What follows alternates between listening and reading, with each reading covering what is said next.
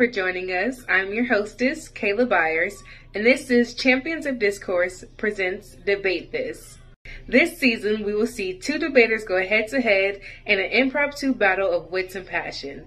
Each week, we will have a new judge to adjudicate the round, and by the end of the season, we will crown the winner. If you'd like to hear a bit more information about how debate works, check out our previous intro video. The link is in the description box. With each round, we hope to equip you with the tools necessary to be a critical thinker. The judge for this round is Ray Warren. Ray Warren is a seasoned marketing professional with more than 20 years of strategic, analytic, and 360 marketing experience. Currently, Warren serves as a founder and CEO of Warren Marketing and Media Solutions, where he consults with brands to establish innovative marketing and media solutions to solve brand challenges. Let's go ahead and get this round started. Hi, everyone. Welcome to another episode of Champions of Discourse presents Debate This. I am your host, Leah. I am here with my opponent, Jeanelle, and our judge today is Ray Warren. Thank you very much for being here, y'all. Absolutely. Okay, is that how it is written? Is that correct? Yes. Okay. All right. Just let us know when the 10 minutes of prep starts. All right, I'll count you down. 5, 4, 3, 2, 1. Start.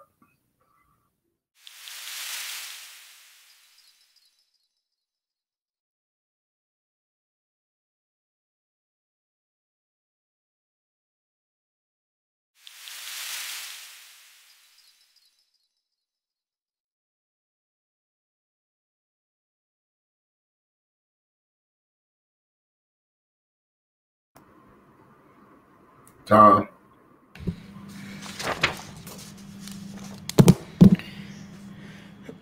All right, just Okay. you would just let me know whenever the timer starts, and then okay, wait, I'm government, right? Okay, because I really started prepping for government. and I was like, no, I think I'm government. Okay. No, Yes. government. And government goes first, right? Okay, so we're going to start with government. And I just want to thank my opponent, Jeanelle, for being here. Thank you to Ray for adjudicating and being our timekeeper for this round. We're going to hop right into it. Kanye West and Candace Owens are necessary for the culture. We are going to take this straight up. Kanye West, we know as the music mogul, and Candace Owens, Prager youth speaker and conservative individual who has very strong opinions and speaks on behalf of whoever she decides to represent that day, are necessary for the culture. The culture we're defining as Black people as a whole who are of African descent in the United States. The value that we're going to uphold today is critical thinking, the criteria being net beneficial. So all the arguments should be weighed as being a net benefit using the value criteria that we are upholding, which is critical thinking. So on to case. First point. There has to be a time where we challenge our values and our morals by having conversations with people who we talk with who are opposite or different in their way of thinking. This helps see where another person is coming from and help us to get to a solution that may be of a greater dynamic than speaking with other people who are in agreement with us all the time. Whether we agree or not, we have to have conversations with our peers, with our significant others, with people in our community every time they're in the news. Every time Kanye West makes a statement, every time Candace Owens makes a statement, they're blowing up Twitter, they're blowing up Instagram, and people are talking about it. And they're using their critical thinking skills to break apart their arguments that have been made or questioning the statements that have been said. And because they are using their critical thinking skills, they are actually upholding the value that we have by continuing to have this type of conversation every time they make the news. It makes it necessary for the culture because we have to continue building our critical thinking skills and not just passively accepting, passively being a consumer of information that we see on social media. The second point is that culture has to be clear in moving forward. When things are just fine, we don't take a stand on anything. When things are uncomfortable, that's when we begin to move and change, and that's when we can find wolves in sheep's clothing. So when we have people, when everything is just fine, and we're like, we're here, we're fine, no need to muddy the waters, no need to do anything. We don't know where people's loyalties lie. But when things are being shaken up, like in today's world, when we have the protests, when we have the pandemic, and people definitely got time today, we see where people stand, and we don't see, we don't have to worry about having wolves in sheep's clothing, because people are very clear. Am I wearing a mask? Am I not wearing a mask? Is this going to be a political issue? Is this not going to be? What are we doing? And because there's clear definitions in that, when these two make statements in our culture, we have clarity on where they stand, whether they are for or against them. The third point is that everybody can't go. Let's just be clear. When we move forward in Black liberation and the advancement of Black liberation, everybody can't go. In order for the culture to live, some people have to stay behind or go the way of the dodo bird. These two people and people like them, we can look to the Hodge twins and others who pull away from general culture, which is looking for Black liberation. They tend to move away from that, and that means that we have more space for our people, for the people who are actually looking for a more positive way to stop victim blaming and shaming us for not having the 400-year head start that another culture has had. People can research and converse and really come to an agreement of how they can move forward. So it is important that Kanye West and Candace Owens be a part of this culture, because them being a part of this culture helps with the critical thinking. It helps us to have conversations like this, whether we agree with them or not. We don't agree with 100% of, I don't agree with 100% of anything anybody else says, and I wouldn't want these two necessarily to speak for me, but they are necessary to the culture, because when we have these types of conversations, we can understand where people are coming from. My last point, number 4, is that a broken clock is right at least twice a day. These two can captivate audiences. They can draw crowds, and they are not static beings. They can mature. There's opportunity for growth. They haven't died. They're still learning. They're still growing. And whether or not they are further entrenched into their values, whether or not they grow out of them and learn that there are other things outside of what they believe, there's still time. There's still room for growth. But because they have the influence, because there are people who follow them, undeniably, they are very necessary in that culture. There could be a time where even with her and T.I., they were on a round table together, even with and she's probably closer to Tammy Lauren, but anyways, with her being on panels and her being able to draw crowds, whether or not people think she's right or wrong, they have to state why, and that increases critical thinking. And that's what we need today in the culture, and not being just passive and consuming information. So that's why these two are very necessary for the culture, and I urge a government ballot. Thank you. Okay, we're going to reset for the opponent, and we're going to give her 3, 2, 1, start. Good afternoon, everyone. I'd first like to thank the government for laying out the case, as well as for our timekeeper and adjudicator for being here today. I would like to accept the government's resolutional analysis, including the value and value criteria as is. I'm going to first start with my case and then go back to their case. So my first point here is I'm going to borrow from the great Fanon, black skin, white masks. That's what we have in Candace Owens and Kanye West. There are Black people parading around in white masks, and the type of rhetoric and positions that they proliferate is incredibly dangerous. It's divisive, and it is literally killing people. It's anti-Black. It's ahistorical, anti-factual. It really is acting as the tool of white supremacy. These are folks who are historical revisionists, who have denied the work of Harriet Tubman, who deny the existence of slavery and have argued that it is voluntary. So to argue that these people are aiding in critical thinking, I would argue that they are actually helping dumb down America by putting forth history that just doesn't exist. They are essentially inserting the narrative that is false and that is truly detrimental to the education of not only young people, but also folks who are grown and of age. Additionally, they are also anti-woman. they also maintain very little credibility within the Black community, which is a part of our definition here, and that Candace and Mr. West are necessary for the Black community. How are they necessary when they themselves are anti-Black and they deny our very history? Right. So these two things don't work out. My second point is that we need to recognize here, with at least one of the people mentioned, is that there is chronic mental instability at play. Folks who have these very chronic mental health disorders, issues, whatever it may be, we don't need to further place them at the center of the culture.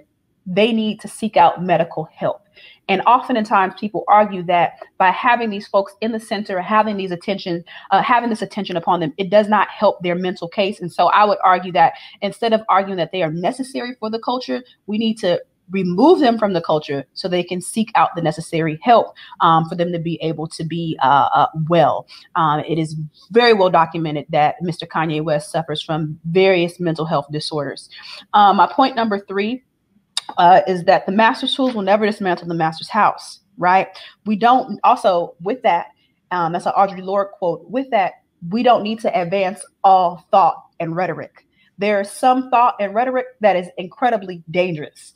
Does that mean we need to circulate the writings of the KKK in 2020? Does that mean we need to circulate, the writings of folks who actively want to lynch Mexican Americans? That's dangerous. Right. And to argue that, it's critical thinking. I mean, this is very problematic. Right. The minute that you start advocating against the human rights of people, you have Candace Owens, who has spoken out in favor of Adolf Hitler. When you have folks who are speaking about genocide, about actively taking about civil rights away from people, I think we are completely veering into a different area, that this is no longer about engaging critically. This is about us proliferating thought that is literally killing people in this present in this present political moment. And my fourth moment is that these people have no morals, scruples, or really buy into Black values. So thus, how are they necessary for the Black culture? Again, you have Candace Owens, who just 4 days ago, who continues to deny that the police in Minneapolis killed George Floyd. She's saying that Black lies, as in LIES, matter, right? Not Black lives, but Black lies. How is that necessary to the Black culture when I feel very comfortable in saying that many of us have an affinity or a connection to Black Lives Matter when we saw George Floyd be suffocated for 9 minutes by a police officer, and you have a Black woman who was saying that, that didn't happen. That's no morality, no scruple, no buy into the Black values. She denies the existence of racism, right? And again, has spoken out in favor of Hitler and genocide. Was someone who worked for Turning Point USA, a conservative news outlet that, again, is built on not having facts and not having history. So how does this advance critical theory? I just don't understand that here. And now I quickly want to get to some of the government's points, is that by having these folks, it is able to challenge our values and morals. Again, this is irrelevant when these people are using, to challenge our critical thinking. This is irrelevant when these people are using lies and history that does not exist. They're creating histories. How are you challenging your critical thinking when you aren't working with actual facts or anything that's actual critical? They're pulling things out of their ass to be able to support white supremacy and to be anti-Black. 2, culture has to be clear and move forward. Yes, I agree. We have to be clear, but we don't have a clear culture by muddying it with things that aren't factual or that aren't historical. So really what happens is, by having the proliferation of this kind of thought, we muddy our unity, right? Because you have some people who buy into these things because they are able to put it off as these truths when we know it's not. As a historian, I can speak and I can say that these things are not true. Everyone can't go. I really didn't get what the government had to stay here. Hopefully they could speak on it again and I could come back to it. And a broken clock is right at least twice a day. Here they have, some really low points. They could draw big crowds. Who? Not Black people. White people enjoy Candace Owens and the things that Kanye West have to say. We've been very critical. The Black press has been very critical. They haven't died. A low bar here. I'm not even sure what that has to do.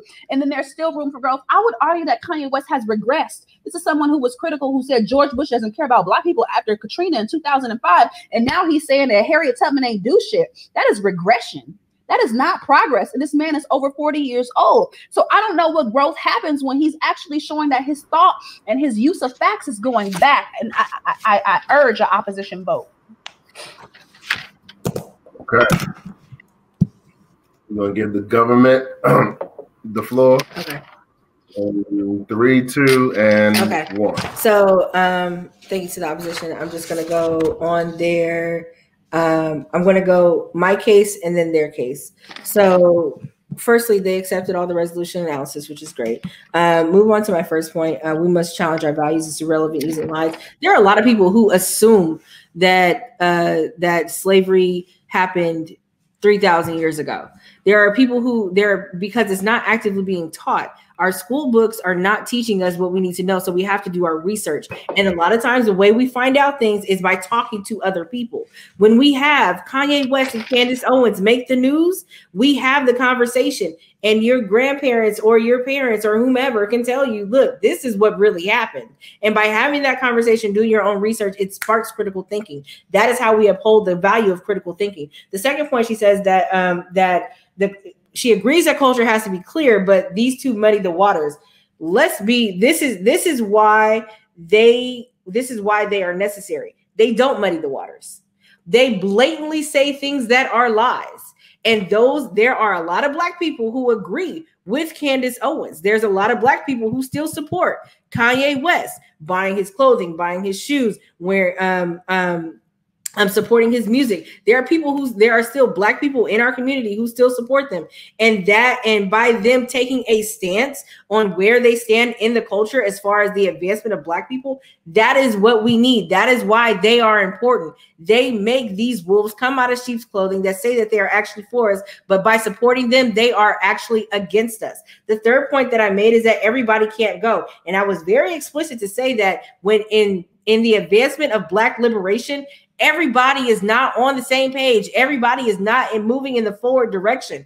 And because of this, a lot of the arguments, which I will get to in the government's off case, are exactly why this argument makes sense. Everybody can't go. By them being who they are, we see them taking a lot of the people, Black people especially, who follow them away from the culture, because we need to move forward, and we can't move forward if we're being held back by those people who assume to be with us. The fourth point that I make, which she kind of goes over and says that it's a low bar. We don't have to raise the bar for Kanye West and Candace Owens. Let's be clear. These people have influence. That is the only point that I'm making in this argument, is that they have influence. And because they have influence, they are seen in the public light. Because they are seen in the public light, they have access to crowds. There are many. She says that not many Black people, no Black people support her. Listen, there are a lot. There have been Twitter beefs over Candace Owens making good arguments when she uses half truths and half lies and completely dismissing the historical value of different arguments. But what I'm saying is she is necessary, because without us having the conversation to go back and study, read these books, and understand the statistics without bending them, that's when we have critical thinking, which is the value that we're upholding. On to the off case. The government's arguments, all of these are a turn for the opposition's arguments, all of these are a turn for the government, because all these reasons, because they are Black skin and white masks, because they're using the master's tools. This is why they are good for the culture. They are very necessary for the culture. We have to get rid of the people who do not think the way we think. We have to get rid of the people who do not move us forward toward the Black liberation. We have to be moving forward to advance to the Black liberation. They said they're anti-women, they're anti-Black, they're ahistorical, and they're anti-factual. Yes, that is why everybody can't go. There are people who really think this. They just happen to have a platform. We know it's not argued that Kanye West has mental issues. We know he does. I'm not saying that, but she's saying that increasing their presence. We're not increasing their presence. They already have influence. They already have crowds. We're not increasing their presence. All we're doing them is using them as tools to take everybody who think like them and move them on because everybody can't go. The last argument that she made was that they have no morals, no values. This is why everybody can't go, which is what I answered in point number 3 on my on case. Everybody can't go because they do not have the same morals and values, regardless of whoever she married. Oh, and that's why I urge a government ballot. Thank you. Okay, we're gonna move back over to the opposition in 3, 2, and 1.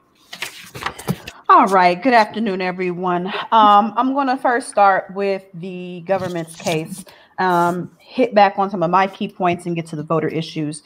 The first point is that the government has said that we need to challenge our values, and this is good for critical thinking. So let's stick with critical thinking here as a criteria. Again, this point that they're making is really irrelevant.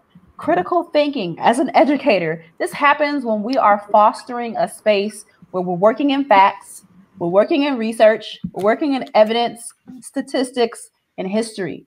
You cannot critically think when you're operating from lies and rhetoric that people are just making up. That's not critical thinking just because you're trying to sift through, stuff that people are making up in actual facts and history, right? That's not how you have intellectual growth and or development. That's how you muddy waters. That's how you confuse people. And that's how you proliferate very dangerous rhetoric, which gets to my second point. And their second point is that the culture has to be clear and move forward.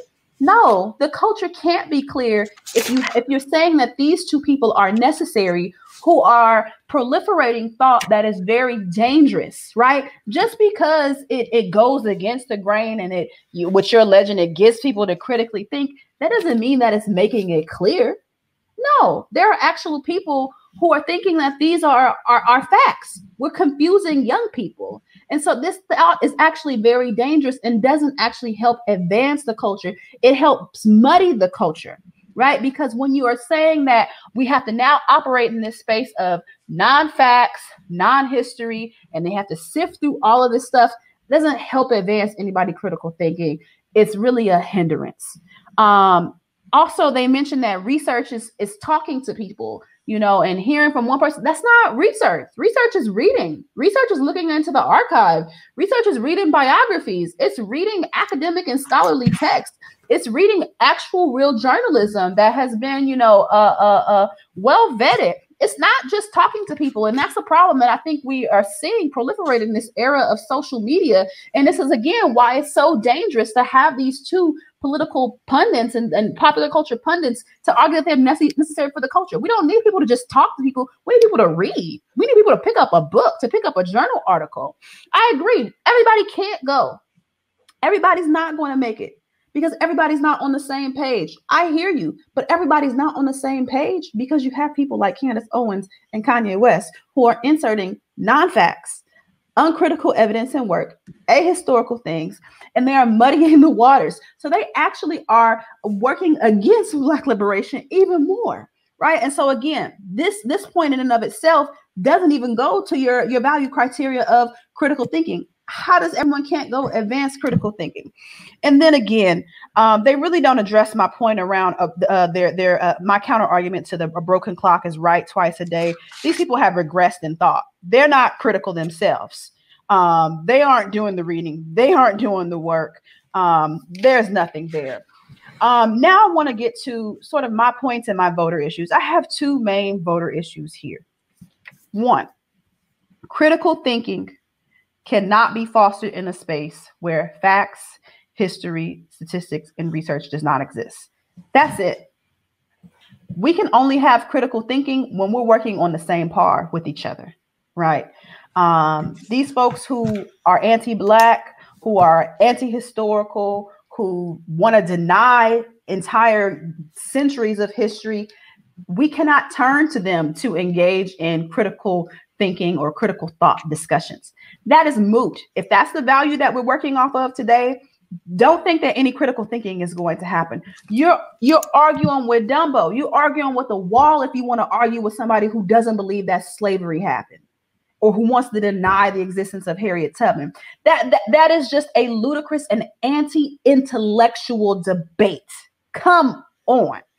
Number two, voter issue number two, the proliferation of this alleged thought right? Or this alleged, rhetoric that's supposed to stimulate critical thinking, it's dangerous and it is not necessary for the culture. It actually advocates for the death of the culture, as in Black people. She has said that Black lives matter. Black lives do not matter. Kanye West has said Harriet Tubman ain't do shit. They are proliferating white supremacist talking points. They want to see social welfare programs erased. They want Black people to stop talking about racism. They don't care about sexual assault and abuse.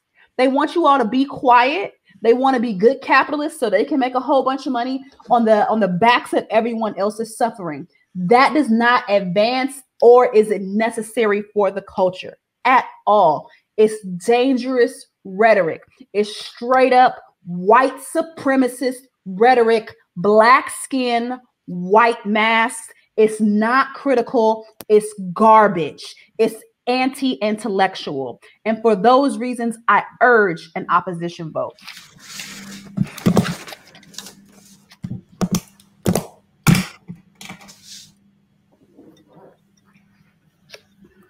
Okay, we're going to give it to the government for the final argument. Okay, so I'm just going to have an overall case to you and then go into my voter issues. Thank you very much for everyone being here. Let's jump right into it. So first of all, the opposition came in at the very last speech in a protected speech to try to give some definitions regarding critical thinking. If this was supposed to be argued before, I urge you to dismiss her arguments because they were made in the last speech, and I wouldn't have time to go back and argue them for them to make sense. So critical thinking is just the analysis of any information that you receive. We're not arguing with Kanye West. We're not arguing with Candace Owens. I specifically said whenever they make the news, we have conversation. And because we have conversation about what they say, that is critical thinking, because we analyze the information they said. When he said Harriet Tubman did not free the slaves and just gave them to other white people, there was so much buzz about it. We talked about it. We pulled up books about it. It's not just about talking to each other. I said we do the research. I said we go read the books. We read the articles. We talk to our family. We know what's going on. It's not just about getting the word of one person over another, but it forces people to actually do the research and not this, yes it is, no it's not kind of mindset.